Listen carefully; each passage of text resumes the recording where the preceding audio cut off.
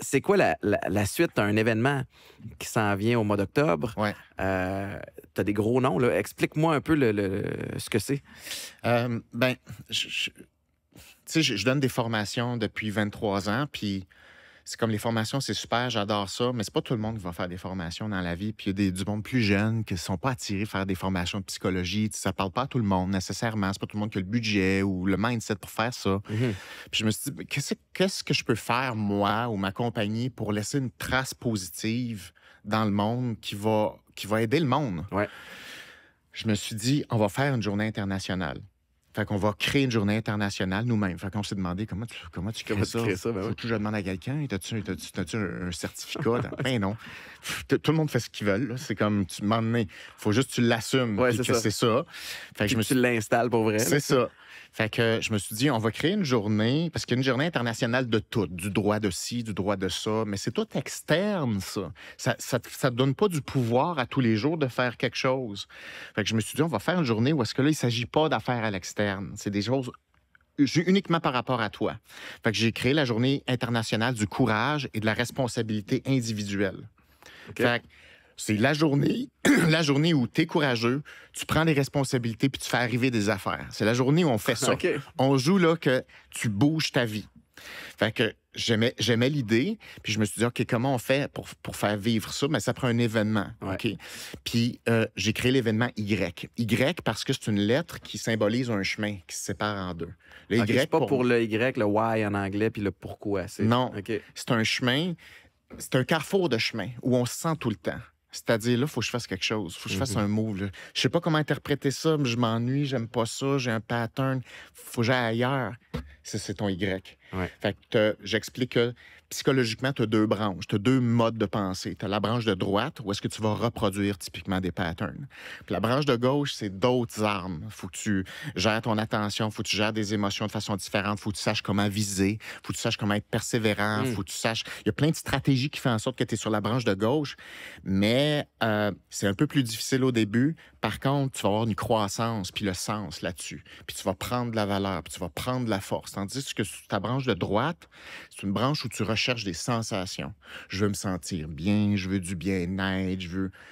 Si ton but, c'est des sensations, c'est sûr que tu vas créer de la dépendance. Zone de confort. C'est la zone de confort. Ouais, mais en bout de ligne, ça te rend pas confortable parce que le sens n'est pas là. Tu te sens pas plus fort. Tu as besoin d'encore plus de dépendance pour te sentir à niveau. Ouais. Donc, c'est dangereux, ces deux chemins-là.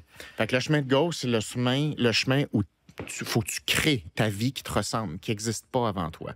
Est-ce que ton événement, c'est là pour inspirer, créer une espèce d'étincelle? Est-ce que les gens vont ressortir de là quand même outillés? Les deux. OK. C'est d'inspirer et d'outiller. Moi, je me dis, mettons là que les gens au Centre Bell sont là puis ils disent, OK, qu'est-ce qu'on fait, Guillaume? Moi, je veux qu'ils sortent de là avec, voici ce que je fais cette année.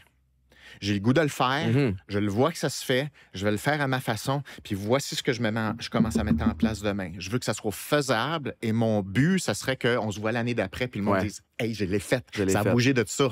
Ça a été une méchante bonne année, j'ai travaillé. Je suis pas à la même place. » Ça, là, t'as du sens. T'es correct. Puis si d'autres te voient faire ça dans ta famille, parce que... ça va en inspirer d'autres. Ben oui. Quand tu vois des gens faire ça, tu vois tes parents faire ça, tu fais comme, OK, mais j'ai le goût de faire ça à ma façon. Fait que là, vous pouvez parler de ça en famille. Ouais. Ça ouvre de nouvelles conversations, de défis. Ça change tout, mais ça prend des repères. Cette journée-là, c'est le crash course de repères. Puis c'est pour ça que je voulais de l'inspiration comme Serena Williams, Chris Hadfield, qui viennent parler d'exploration, aller vers l'inconnu, relation avec la douleur, comment tu fais pour attaquer, qu'est-ce que tu fais quand tu as un stade qui s'écrase sur toi, puis c'est comme, il faut que j'y aille, même si personne ne croit en toi. Ouais. Parce que, guess what, il n'y a personne qui va dire que tu peux le faire. Non. Tout le monde va dire, ben là, ça va être tough. Ils vont dire tous les risques. C'est ça. Fait que, comment tu fais pour miser sur toi? Ben, les gens qui vont être là, ben, ils vont pouvoir s'encourager entre eux. Tu vas dire, je suis pas tout seul. On est des milliers de personnes à vouloir ça. C'est pas juste moi dans ma tête, là.